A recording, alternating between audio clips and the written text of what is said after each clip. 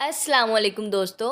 आज मैं आपके लिए लाई हूँ फुल ऑफ सस्पेंस, मिस्ट्री और थ्रिलर मूवी रन। मैंने अपने चैनल पर नेटफ्लिक्स की कमाल सीरीज स्लैशर को भी एक्सप्लेन किया है। लिंक मैंने डिस्क्रिप्शन में दे दिया है, जाकर उसे लाजमी देखिए। यू विल लाइक इट, बल्कि यू विल लव इट। चलो अब जल्दी से इस चैनल को सब्सक्राइब भी कर दो, फिर चले हम अपनी मूवी की तरफ। मूवी की शुरुआत होती है हॉस्पिटल के सीन से, जहां हम एक प्री मैच्योर बेबी को देखते हैं जिसे बचाने की डॉक्टर कोशिश कर रहे थे। ये कहानी असल वाकये पर मबनी है, गिप्सी रोज और उसकी माँ पर। कहानी की तरफ वापस आते हैं। जिस औरत का ये बच्चा था उस औरत का नाम डायन था। डॉक्टर उसे उसके बच्चे से मिलवाते हैं, जहाँ हम देखते हैं कि वो जिंदा था। डायन पूछती है ये ठीक तो हो जाएगा ना, तो उसे कोई जवाब नहीं मिलता। सीन अब 17 साल बाद पर शिफ्ट होता है, जहां हम डायन को स्कूल की मंथली मीटिंग में देखते हैं, जहां बाकी सब पेरेंट्स अपने बच्चों के कॉलेज जाने पर अपनी फीलिंग्स शेयर कर रहे थे, जो कुछ उदास भी थे कि उनके बच्चे उनसे दूर चले जाएंगे। डायन से पूछा जाता है कि वो कैसा महसूस कर रही है, जिस पर वो बताती है कि उसे अच्छा फील हो रहा है कि मैं तो 17 साल इसका ख्याल रखने में इतनी मसरूफ थी कि खुद के लिए कुछ कर ही नहीं पाई, लेकिन अगर वो ऐसी जगह जा रही है जहाँ वो सब कर पाएगी जो मैं नहीं कर सकी, तो इससे अच्छा और क्या होगा। फिर हम क्लॉय को देखते हैं, जो टांगों से अपाहिज थी। उसे और भी बहुत सी बीमारियां थीं, जैसे दिल का मर्ज, शुगर, अस्थमा वगैरह। ये डायन की बेटी थी। जानते हैं कि प्री मैच्योर बेबी ज़्यादातर बच नहीं पाते, लेकिन अगर वो बच भी जाएं तो ज़्यादातर वो एक नॉर्मल इंसान की तरह ज़िंदगी नहीं गुजार पाते। उन्हें बहुत सी डिसेबिलिटीज़ के साथ ज़िंदगी गुजारनी पड़ती है। क्लॉय भी शायद प्री मैच्योर होने की वजह से ऐसी हालत में थी। इसे रोज़ ढेर सारी दवाइयाँ लेनी पड़ती थी और व्हील चेयर का इस्तेमाल करना पड़ता था। स्टेयर्स पर से ऊपर नीचे जाने के लिए एक मशीन लगाई हुई थी। इसकी माँ डायन को इसकी हर चीज़ का ख्याल रखना पड़ता था। क्लॉय घर में ही पढ़ा करती थी। वो बहुत ब्रिलियंट स्टूडेंट थी, जिसे साइंस में बहुत ज़्यादा इंटरेस्ट था। इसने यूनिवर्सिटी ऑफ वाशिंगटन में दाखिले के लिए अप्लाई किया हुआ था। वो रोज़ अपनी मेल का इंतज़ार करती थी कि कब दाखिले का लेटर आए, मगर कोई मेल उसके लिए नहीं आती।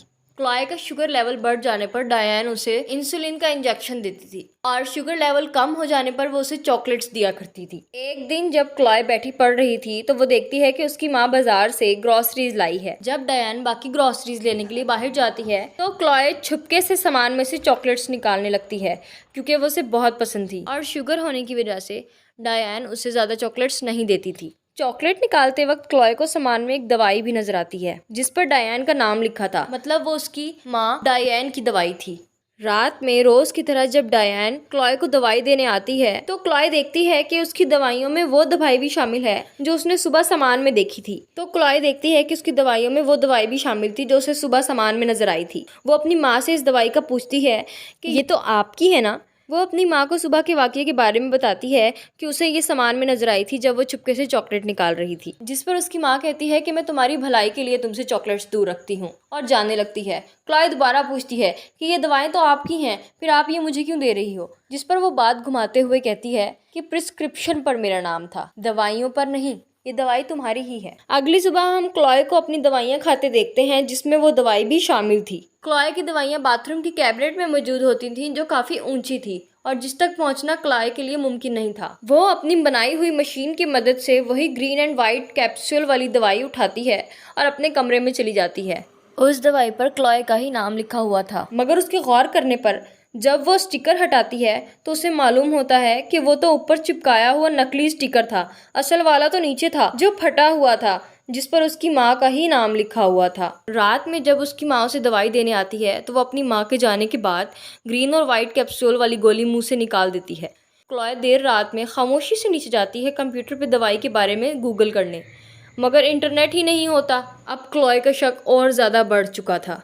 तभी हम देखते हैं कि अंधेरे में उसकी माँ बैठी उसको देख रही थी। अगली सुबह जब क्लॉय नीचे आती है तो अपनी माँ को कस्टमर सर्विस से बात करता देखती है। वो क्लॉय को बताती है कि इंटरनेट खराब हो गया है, कुछ पता नहीं कब तक ठीक हो। फिर हम क्लॉय को अपनी माँ डायन के कमरे में देखते हैं। डायन नीचे गार्डन में पानी दे रही थी। क्लॉय उसके कमरे में मौजूद फ़ोन से एक अनजान नंबर पर कॉल करती है और उसे दवाई के बारे में गूगल करने को बोलती है। वो और भी दूसरे तरीकों से पता करने की कोशिश करती है फ़ोन पर, मगर कोई फ़ायदा नहीं होता। क्लॉय खाने के दौरान अपनी माँ को मूवी देखने चलने के लिए कहती है और हम उसे उसके कमरे में छुपाए हुए वही कैप्सूल उठाता देखते हैं। वो दोनों मूवी देखने के लिए निकल पड़ते हैं। क्लॉय देखती है कि थिएटर के पास में ही एक क्लिनिक मौजूद था। जब वो लोग मूवी देख रहे होते हैं तो क्लॉय बाथरूम का बहाना बनाकर उस क्लिनिक में चली जाती है। लंबी लाइन होने के बावजूद वो सबसे पहले काउंटर पर चली जाती है। इसकी माजूरी की वजह से कोई उसे कुछ नहीं कहता। वो जल्दी से कैप्सूल फार्मासिस्ट को दिखाती है कि ये किस चीज के लिए हैं। ये मेरी माँ अपने लिए ले गई थी, जिस पर वो फार्मासिस्ट उसे बताने से इनकार कर देती है कि मरीज के अलावा किसी को उसकी दवाइयों की मालूमात देना गलत है। तुम जाकर अपनी माँ से क्यों नहीं पूछती खुद? जिस पर क्लॉय कहती है कि हम एक गेम खेल रहे हैं और उसका अगला क्लू इस दवाई के नाम में छुपा है। मगर वो फार्मासिस्ट फिर भी नहीं बताती कि जो मर्जी हो जाए, हम अपने मरीज की दवाइयों की इंफॉर्मेशन लीक नहीं करते। मगर फिर एकदम से वो कहती है, ये दवाइयाँ तो तुम्हारी माँ अपने कुत्ते के लिए ले गई थी। ये दवाई टांगों के मसल्स को सुकून देने के लिए इस्तेमाल की जाती हैं, किसी तकलीफ या चोट के लगने की सूरत में। क्लॉय घबराहट में पूछती है कि अगर ये इंसान खा ले तो इससे क्या होगा। तभी उसकी माँ वहाँ आ जाती है, मगर फार्मासिस्ट उसे बता चुकी होती है कि इसके खाने से टांगें सुन पड़ सकती हैं। ये सुनकर क्लॉय की तबीयत खराब होने लगती है और उसकी माँ छुपके से उसे बेहोशी का टीका लगा देती है। वो उसे वापस घर ले जाती है। हम डायन के जिस्म पर कुछ निशानों को देखते हैं। हम उसे काफ़ी परेशानी में देखते हैं। वो गूगल पर हाउस होल्ड न्यूरोटॉक्सिन्स को भी सर्च करती है। दूसरी तरफ क्लॉय को होश आता है तो वो अपने कमरे में थी, जहाँ खाना भी पड़ा था। उसे पता लगता है कि उसके कमरे का दरवाज़ा तो लॉक है। वो लॉक को खोल भी लेती है, मगर दरवाज़ा बाहर रुकावट से भी बंद किया गया था। वो अपनी माँ को बुलाती है कि मुझे बस तुमसे बात करनी है, मगर खिड़की से देखने पर पता लगता है कि गाड़ी नहीं खड़ी, मतलब माँ घर पर नहीं है। तभी वो अपने शुगर लेवल को नॉर्मल करने के लिए खाना खाती है। फिर एक कपड़ा, एक्सटेंशन, काव्य और मुंह में पानी भरकर खिड़की से बाहर छत पर उतर जाती है और रेंगते हुए अपनी माँ के कमरे के बाहर पहुंच जाती है। खिड़की नहीं खुलती तो वह एक्सटेंशन में काव्य को गर्म करके खिड़की के शीशे पर लगा देती है, जिससे कांच में क्रैक्स आ जाते हैं और गरम गरम कांच पर पानी फेंकने से वो टूट जाता है। क्लॉय टूटे कांच पर कपड़ा रखकर उस खिड़की से बगैर किसी चोट लगे गुजर जाती है। हम देखते हैं कि उसकी माँ ने फ़ोन की तार भी काट दी थी। कमरे में जाते साथ क्लॉय का सांस फूलने लगता है। वो अपना इनहेलर कमरे में भूल आई थी, तो वो अपने कमरे में जाती है और इनहेलर इस्तेमाल करके बच जाती है। उसे पता लगता है कि स्टेयर्स पर लगी मशीन भी उसकी माँ ने ख़राब कर दी है। वो व्हील चेयर को नीचे गिरा देती है और ख़ुद भी फिसल कर नीचे गिर जाती है, जिससे बुरी तरह उसे चोटें लग जाती हैं। तभी वो महसूस करती है कि उसकी पाँव की उंगलियां हरकत कर रही थी।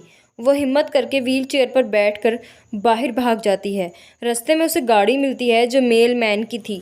वो उससे मदद मांगती है और उसे सब कुछ बता देती है। तभी वहाँ उसकी माँ आ जाती है, जो उन्हें देख लेती है। डायन मेल मैन को बातों में लगाने की पूरी कोशिश करती है कि क्लॉय दिमागी तौर पर आजकल ठीक नहीं। इसकी नई दवाइयों की वजह से वो आजकल अजीब बर्ताव कर रही है। मैं कैसे अपनी ही बेटी को नुकसान पहुँचा सकती हूँ। डायन की पूरी कोशिश के बावजूद जब मेल मैन उसकी नहीं सुनता तो डायन पीछे से चुपके से आकर उसे बेहोशी का इंजेक्शन लगा देती है और क्लॉय को वापस ले जाती है। जहां घर में हम देखते हैं कि खून से लथपथ मेल मैन की लाश डायन घसीट के कहीं ले जा रही थी। क्लॉय को होश आता है तो वो खुद को घर के नीचे के बेसमेंट में पाती है, जिसकी व्हील चेयर को भी जंजीर से बांध दिया गया था। उसे वहाँ पेंट थिनर मिलता है और अपनी यूनिवर्सिटी का लेटर भी, जिसमें उसका दाखिला हो गया था, मगर उसकी माँ ने उससे वो छुपा रखा था। तभी उसे वहाँ एक बॉक्स नजर आता है जिस पर उसकी माँ डायन का नाम लिखा था। व्हील चेयर बंधे होने की वजह से वो उस बॉक्स तक रेंग कर पहुँचती है, जिसमें उसे पता लगता है कि डायन का प्रीमेच्योर बेबी तकरीबन 2 घंटे ही जिंदा रह पाया था और मर गया था, जिसके बाद डायन हॉस्पिटल से किसी और सेहतमंद बच्चे को लेकर भाग गई थी। इस बॉक्स में उसे अखबार का कागज़ भी मिलता है जिस पर उसके असली माँ बाप की तस्वीर थी, जिनका बच्चा हॉस्पिटल से चोरी हो गया था। उसे फिर अपने बचपन की तस्वीर नजर आती है जिसमें वो अपने पांवों पर खड़ी थी, मतलब वो डायन की बच्ची थी ही नहीं, उसे तो उसने चुराया था। वो हर तरह से ठीक थी। डायन ने उसे गलत दवाइयां दे देकर अपाहिज किया हुआ था ताकि वो उसे छोड़कर कहीं ना जा पाए। उसकी माँ तभी कमरे में आती है, उसे समझाती है कि मैं सब कुछ ठीक कर दूंगी। वो दवाएं भी फेंक देती है कि हम नए सिरे से शुरुआत करेंगे। मगर डायन के हाथों पर लगा खून देखकर क्लॉय समझ जाती है कि उसने मेल मैन को भी मार दिया है। वो उसे बुरा भला बोलने लगती है, जिस पर डायन को समझ में आ जाती है कि उसने नहीं मानना और वो इंजेक्शन में पेन थिनर भर लेती है ताकि क्लॉय उसे लगने के बाद सब कुछ भूल जाए और सब ठीक हो जाए। मगर क्लॉय जाकर खुद को कमरे में बंद कर लेती है और वहाँ पर पड़ा ऑर्गन फॉस्फेट पी लेती है, जिससे इंसान मर जाता है। मजबूरन डायन को उसे हॉस्पिटल ले जाना पड़ता है। वहाँ जब क्लॉय को होश आता है तो वो बड़ी मुश्किल से हरकत करके बटन दबाकर नर्स को मुखातिब करती है और लिखने के लिए पेन मांगती है। नर्स उसे पेन नहीं देती क्योंकि क्लॉय उससे खुदकुशी ना कर ले। वो उसे लिखने के लिए एक क्रेयॉन दे देती है, मगर तभी नर्स को इमरजेंसी में वहाँ से जाना पड़ जाता है। इसके बाद ही डायन आकर क्लॉय को ज़बरदस्ती बांध कर ले जाती है। जब नर्स वापस आती है तो पेपर पर लिखा मॉम देखकर और क्लॉय को गायब पाकर वो सिक्योरिटी को इन्फॉर्म कर देती है। वो लोग बाहर निकलने ही वाले होते हैं कि आगे मौजूद एस्केलेटर खराब होने की वजह से रुक जाते हैं। जब डायन उसे दूसरे रास्ते से ले जाने की कोशिश करती है तो क्लॉय पाँवों को फंसाकर व्हील चेयर को हिलने नहीं देती। डायन के हाथ में गन भी थी। सिक्योरिटी वहां पहुंच जाती है और डायन को कंधे पर गोली मार देती है, जिससे वो एस्केलेटर से नीचे गिर जाती है। हमें 7 साल बाद का वक्त दिखाया जाता है जहां हम क्लॉय को देखते हैं। वो अपनी माँ से जेल में मिलने आई थी। इतना लंबा अरसा गलत दवाइयाँ खाने के बाइस वो अभी भी ठीक से चल नहीं पाती थी। हम उसके हाथ में वेडिंग रिंग भी देखते हैं। वो अपनी माँ को अपनी ज़िंदगी के बारे में, शादी और बच्चे के बारे में बता रही थी। वो हर माँ यहाँ आती थी मिलने उससे। और जब क्लॉय वापस जाने लगती है तो वो अपने मुंह में छुपाए हुए वही ग्रीन और वाइट ट्राइगोक्सिन के कैप्सूल्स निकाल कर अपनी माँ को ज़बरदस्ती खिला देती है। जहाँ हमें पता लगता है कि वो अपना बदला लेने के लिए अब हर माँ वहाँ पर उससे मिलने आती थी और उसे वही गोलियाँ खिलाकर अपाहिज करे हुई थी। दोस्तों, अगर आपको ये मूवी अच्छी लगी हो तो कमेंट में ज़रूर बताइएगा और इसी तरह की अच्छी अच्छी वीडियोज़ की एक्सप्लेनेशन देखने के लिए मेरे चैनल को फॉलो ज़रूर कीजिएगा।